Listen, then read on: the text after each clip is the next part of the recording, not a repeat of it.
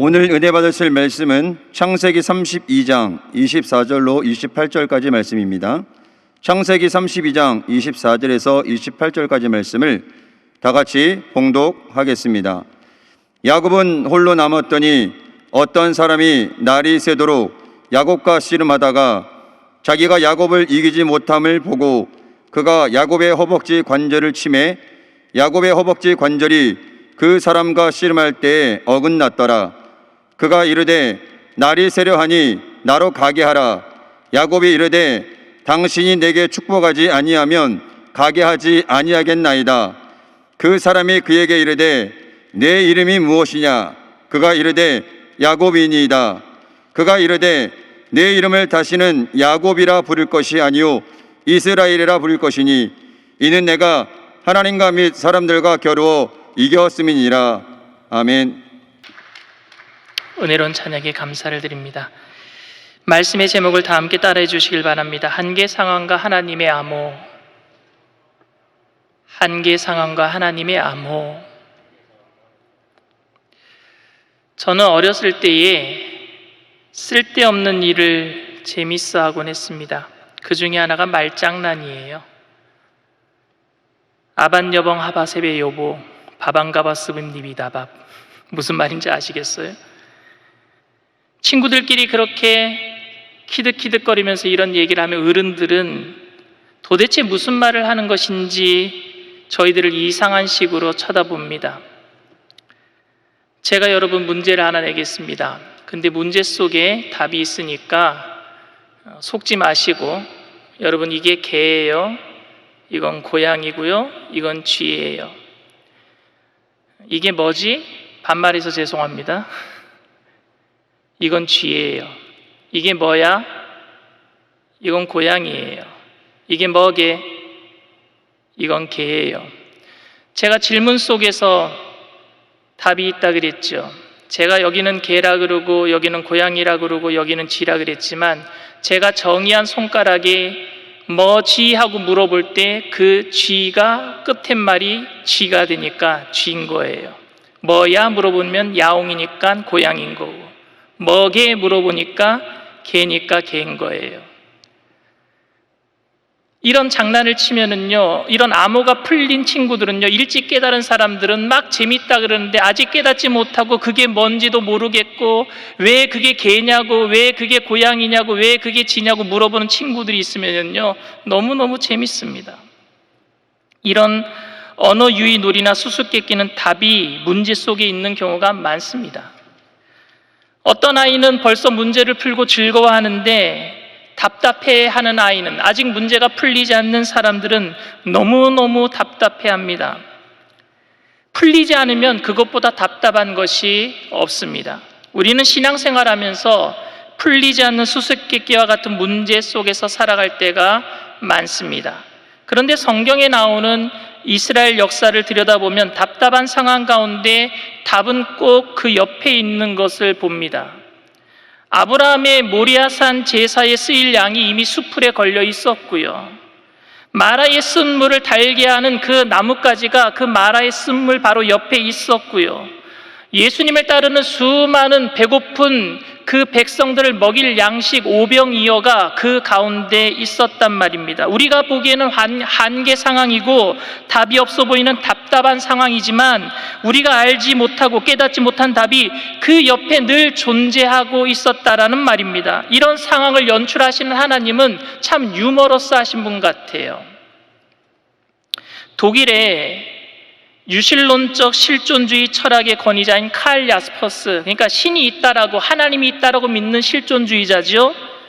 그가 1921년 하이델베르크 대학교 철학과 교수였을 때에 나치 정권이 부인이 유대인이라고 헤어지라고 하는 거예요. 그래서 이런 지하에 그것을 거절하고 하이델베르크 대학의 교수직을 박탈당하고 맙니다. 그런데 자기의 친구 하이데거는 오히려 나치에 적극적으로 협력하면서 프라이부르크 대학의 총장까지 출세하는 것을 바라보면서 자신과 하이데거의 경우에서처럼 학자의 절개 혹은 지식의 변절이라고 쉽게 속단할 수 없는 인간의 한계 상황이 있음을 절감하고 이때 자기 존재를 새롭게 발견하는 것, 그래서 내가 더 발전할 것인가 아니면 그 한계 상황 속에서 절망할 것인가, 이건 자기의 선택이라 이런 이야기를 합니다. 어쩔 수 없이 다가오는 한계 상황 속에서 무너질 것인가 아니면은 그 안에서 하나님께서 나에게 주신 암호를 발견하고 새롭게 나를 발전시켜 나갈 것인가. 그래서 한계 상황 속에서 자신의 실제적 존재에 대해서 깊이 생각했던 야스퍼스가 말한 철학 체계 중에서 가장 중요한 큰 핵심이 암호와 한계 상황입니다. 누구나 다 인생을 살면서 한계 상황을 만나게 되는데 그 한계 상황 속에서 자신을 깊이 생각함으로 하나님의 암호를 풀어낼 수 있다라는 말입니다. 이 세상은 여러분 하나님의 암호로 가득 차 있습니다. 우리가 깨닫지 못하는 암호로 가득 차 있어요. 로마서 1장 19절 20절에 이렇게 얘기합니다. 이는 하나님을 알만한 것이 그들 속에 보임이라. 하나님께서 이를 그들에게 보이셨느니라. 창세로부터 그의 보이지 아니하는 것들 곧 그의 영원하신 능력과 신성이 그의 만드신 만물에 분명히 보여 알려졌나니 그러므로 그들이 핑계하지 못할지니라. 만물 속에 하나님께서 알려주신 모든 것들이 다 숨겨져 있단 말입니다. 정욕의 눈을 벗고 경이로운 눈을 회복하면 바람에 많은 잎들이 떨면서 노래하는 가로수 속에서도 하나님의 살아계심을 느낄 수 있습니다. 어떻게 이 세상의 많은 자동차들보다 더 많은 별들이 부딪히지 않고 궤도를 따라서 돌아가고 있는지 우주를 바라보면 하나님의 살아계심을 볼 수 있습니다. 인간의 몸에는 12만 킬로나 되는 핏줄이 지나가고 있는데 지구의 둘레를 3배나 돌고도 남는 그 길이가 왜 우주가 우리 안에 있는지 바라보면 하나님이 살아계심을 알 수 있습니다. 영국의 시인 윌리엄 브레이크의 시 순수의 전조에 이런 구절이 있습니다. 하늘의 모래에서 세상을 보고 한 송이 들꽃에서 천국을 본다. 그대의 손바닥에 무한을 쥐고 순간 속에서 영원을 보라. 어떻게 여러분 하늘의 모래에서 우주를 보고 한 송이 꽃에서 천국을 볼 수 있을까요? 어떻게 손바닥 안에 무한이 있고 순간 속에 영원이 있을 수 있겠습니까? 그것은 하나님의 숨결, 하나님의 암호가 이 세상의 모든 만물에 스며져 있기 때문입니다. 그런데 이런 하나님의 암호가 가득 찬 세상 속에는 어쩔 수 없는 한계 상황이 우리에게 다가오고 있단 말입니다. 우리에게 다가오는 한계 상황이 무엇입니까? 대표적인 것이 죽음, 고통, 갈등, 죄책감 등입니다. 이러한 한계 상황 속에 직면할 때 사람들은 자신의 존재 기반을 잃어버리고 방황할 수가 있어요. 그러나 반대로 한계 상황 속에서 하나님의 암호를 풀어 믿음의 사람으로 도약하는 계기로도 삼을 수도 있습니다. 나라는 현재의 존재는 여러분 이 세상의 3차원 안에 그 조건에 갇혀져 있어요.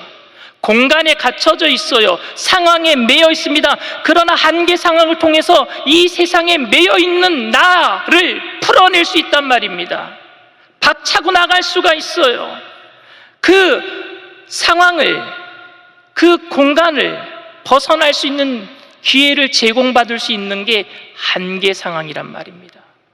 죽음의 공포, 죽느냐 사느냐의 생존 경쟁, 배고픔, 질병, 사랑하는 사람과 헤어져야 하는 고통, 지옥과 같은 전쟁, 자신이 선택하지 않았지만 피할 수 없고 어쩔 수 없이 그 속에 살아갈 수밖에 없는 이러한 삶의 조건들은 한 존재를 현재의 현실 상황 속에서 벗어나 더 깊이 들어가 자신의 자아를 깊이 성찰하게 만듭니다. 신앙인들이 한계 상황 속에서 절망하는 것이 아니라 하나님의 암호를 발견하고 새로운 존재로 발전하는 계기가 되는 줄 믿습니다. 저는 인간이 죽음이라는 한계 상황 앞에서 많은 분들이 자신을 새롭게 발견하는 모습을 저는 봐왔어요. 평상시에는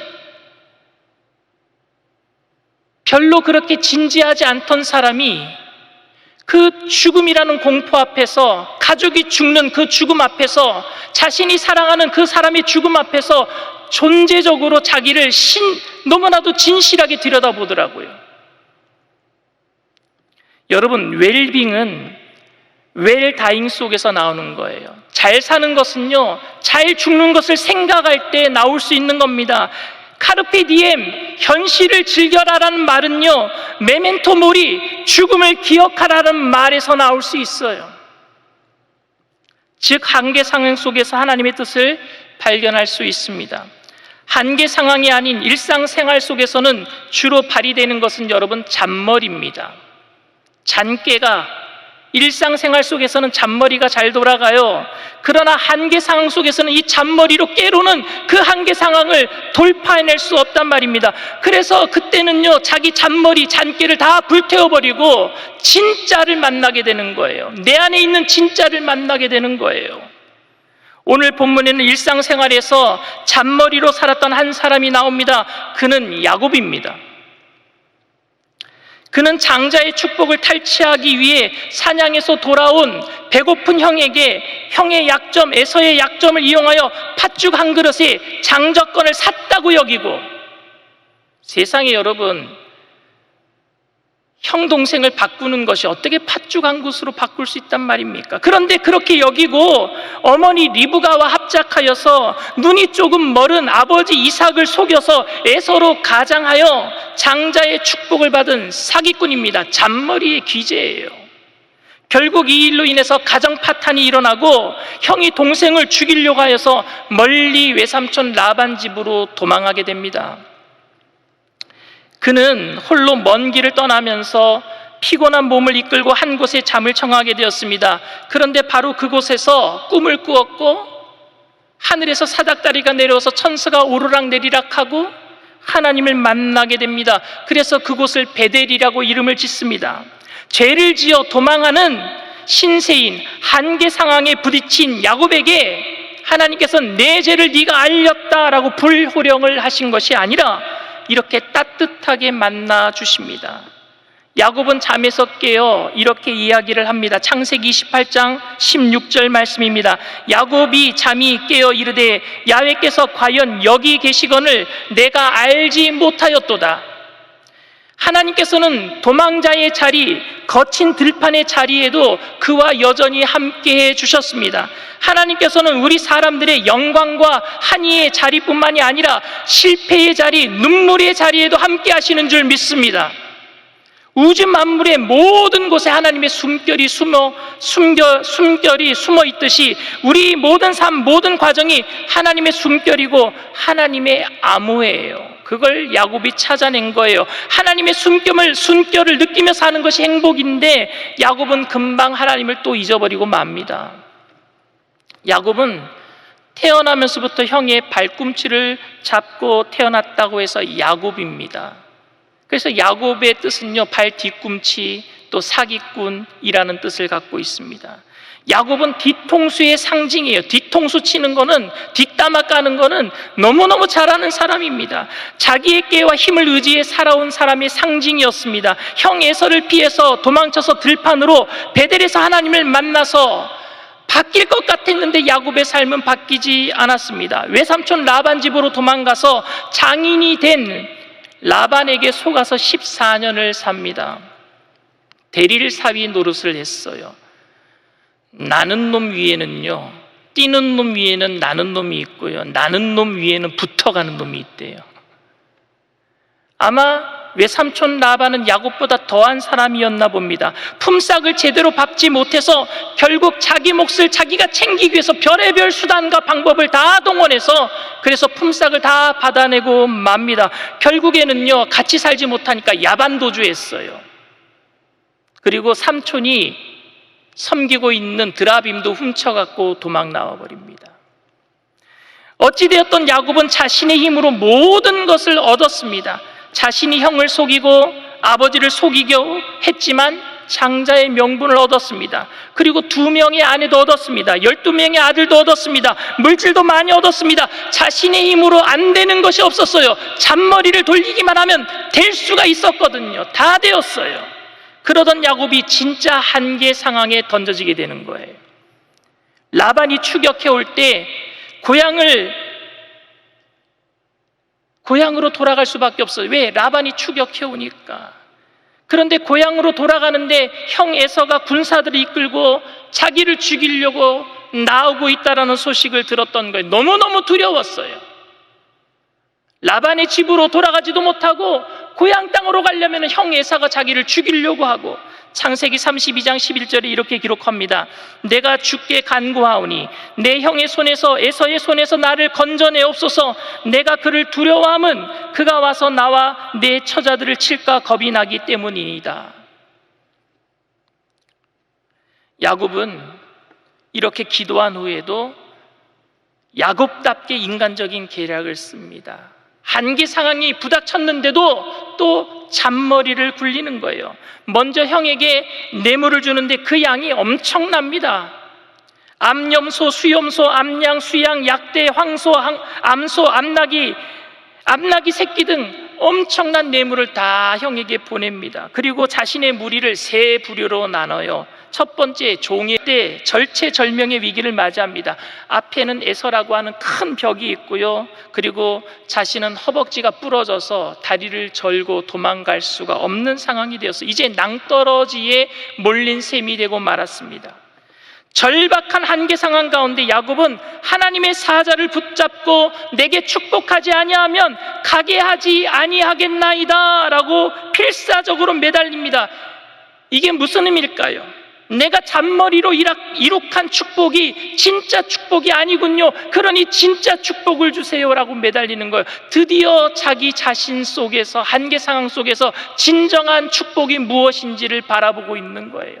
내게 축복하지 아니하면, 내가 가지고 있는 저 모든 재산들, 저 모든 가족들, 내게 축복이었던 이삭이 야곱에게 했던 질문과 똑같습니다. 창세기 27장 18절 말씀입니다. 야곱이 아버지에게 나아가서 내 아버지여 하고 부르니 이르되 내가 여기 있노라.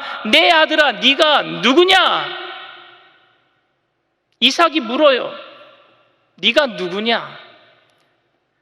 그때 야곱은 자기가 에서라고 하면서 이삭을 속여서 장자의 축복을 가로챘습니다.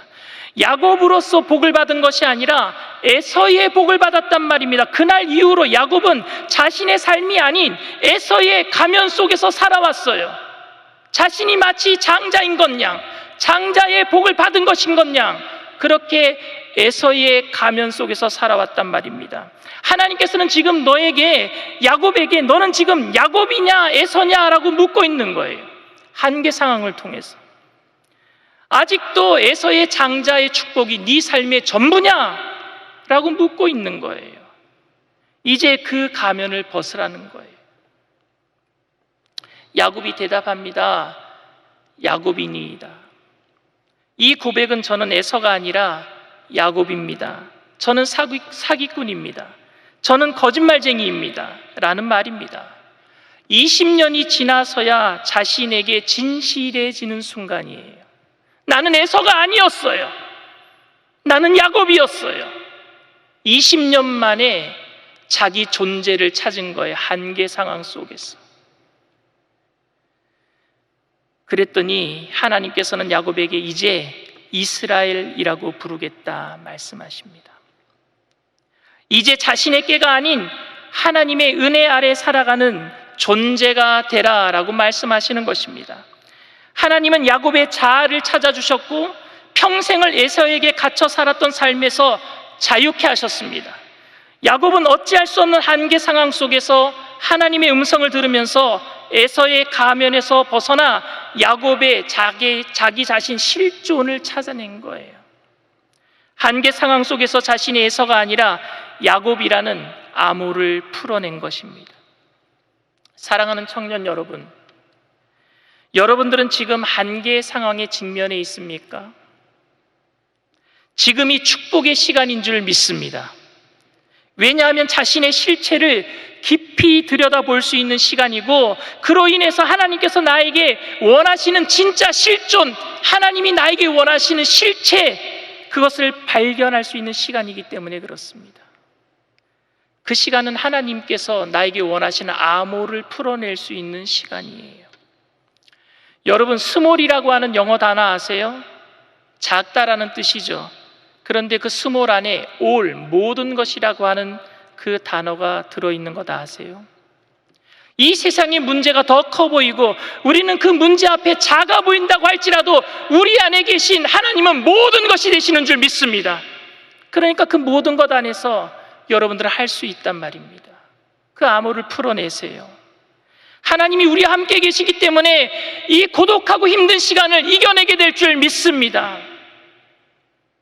한계 상황은 자신의 자아 속에 있는 하나님의 형상을 발견하고 그리고 주님의 형상으로 우리가 살아나가는 것을 의미합니다.